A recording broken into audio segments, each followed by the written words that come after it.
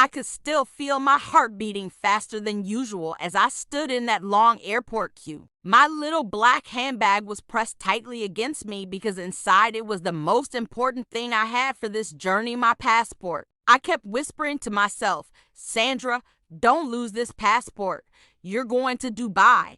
You're finally going to see Joe after months apart. Don't make any mistake. My mind was already painting pictures of Joe as smiling face waiting for me at the Dubai airport, maybe with flowers, maybe with that mischievous grin he always wears when he knows I've missed him too much. I was so full of excitement that I didn't even notice the way the crew member stretched out his hand with a quick smile, collecting passports like a shopkeeper collecting coins. I gave mine with relief, thinking, okay, Sandra, one less thing to worry about. But then, just minutes later, when the line shuffled forward and the passports were being returned, I noticed something was off. The cover looked the same, yes, but the name inside. Oh no, no, that wasn't my name. That wasn't my picture. My chest went cold, my palms sticky. I checked again, like maybe my eyes were tricking me. They weren't. My passport was gone, replaced with someone else's. My breath caught and I whispered under my breath, this can't be happening. Not today, not to me. I tried to stay calm, but my lips were trembling. I looked at the crew member, my eyes wide, and before I knew it, my voice rose up in panic. My words tumbled out, sharp and loud. This isn't mine. Where's my passport? Where is it? Heads turned in the queue. People started staring, and I felt my cheeks burn with both fear and embarrassment. I could feel laughter bubbling from some of them, while others gave me those pitying looks, the kind that says, poor woman, she's about to lose her mind. And right then, standing in that buzzing airport hall, I thought to myself, Sandra, your journey hasn't even started yet, and already you're fighting for your identity. Oh, before I go further, my dear viewers, please don't forget to like and subscribe to my YouTube channel, Voices of Auntie Joy, so you don't miss the rest of this drama-filled journey. The crew member blinked at me like a confused robot, holding a stack of passports in his hand as if they were playing cards. I could feel my patience snapping like a thin rubber band. Madam, calm down. Maybe it's here, he mumbled, flipping through as though he were searching for a missing dollar note instead of my identity. I leaned forward, my eyes darting at every page he turned, praying to see my own tired but hopeful face staring back. Nothing. Instead, the worst thing happened. The man behind me in the queue stepped up, smiled proudly, and waved a passport that looked far too familiar. Excuse me, I snapped, my voice sharper than I intended. That's mine. Let me see that. The man frowned, clutching it to his chest like I was trying to rob him. The passengers around us began whispering, some even chuckling, and I could feel the heat rising to my forehead. I whispered to myself, Sandra, don't start a fight in Heathrow.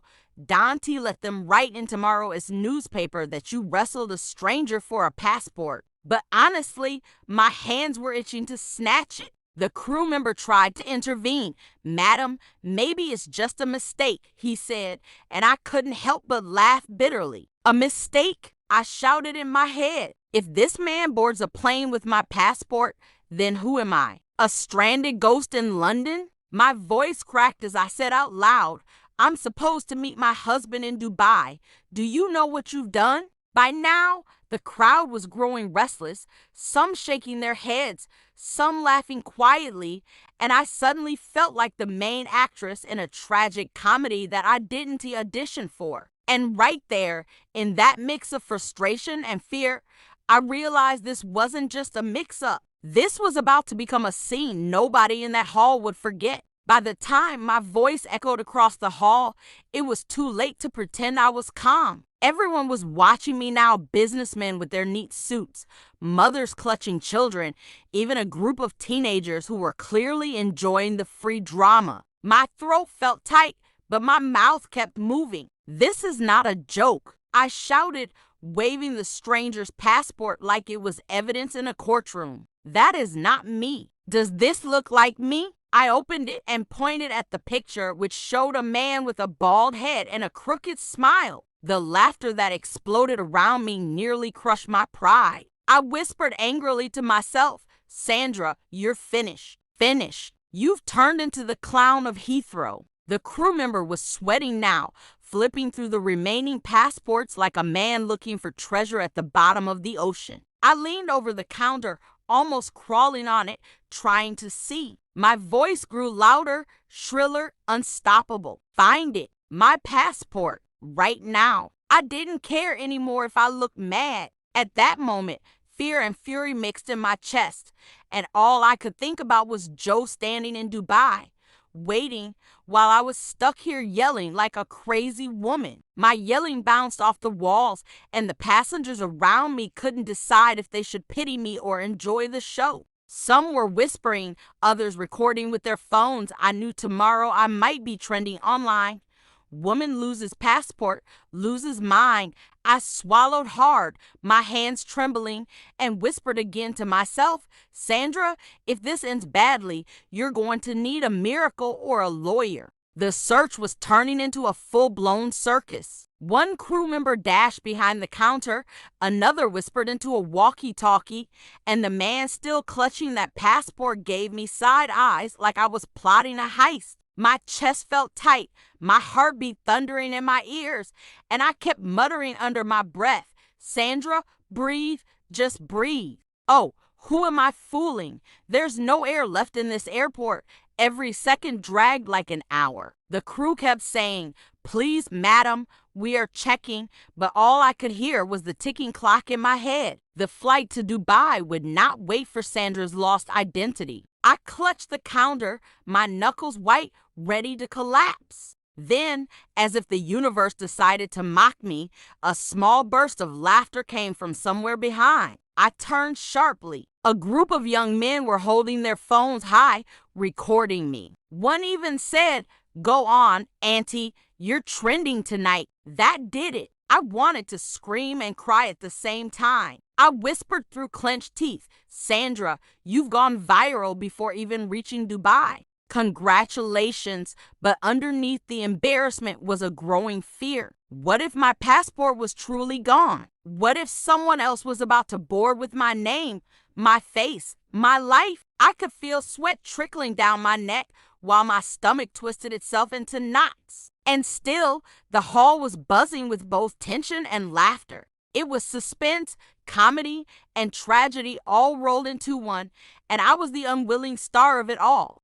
Just when I thought my life was over and I'd be sleeping on an airport bench, a voice called out, excuse me, is this yours? My head spun so fast I nearly broke my neck. A young woman stepped forward from the back of the line, holding my passport like a prize. My eyes went wide, my knees nearly gave way. Sandra, that's it. That's you. Salvation has come, I whispered to myself. I snatched it from her hands, opened it, and there it was, my tired but smiling face, my name, my identity. Relief washed over me so strongly I almost hugged the stranger, then remembered she was the one who had been holding my future hostage. How did you even? I began, but she shrugged, embarrassed. They handed it to me by mistake, just like that.